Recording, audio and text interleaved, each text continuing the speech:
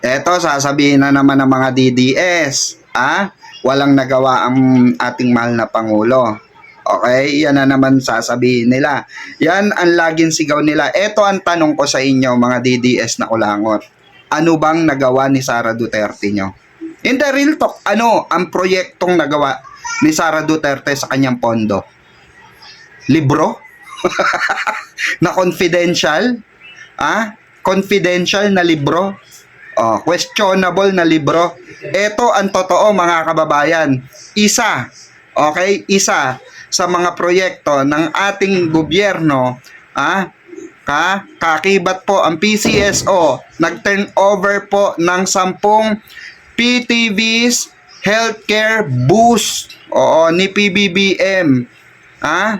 Mas malawak po ang ano na ito, itong pagbibigay ng ating mahal na Pangulo saan po sa mga mga ganitong klase ng mga sakuna, 'di ba?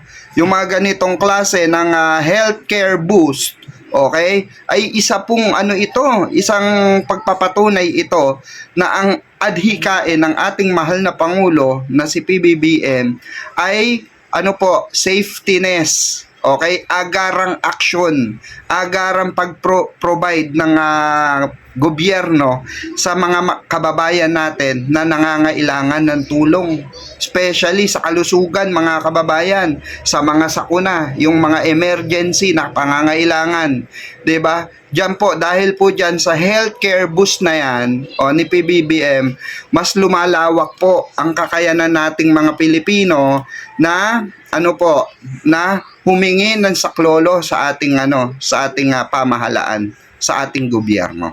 'Di ba? Okay? So baka sabihin nyo na naman fake news 'yan. Ayan po, ayan matibay na ebidensya 'yan. May resibo po 'yan.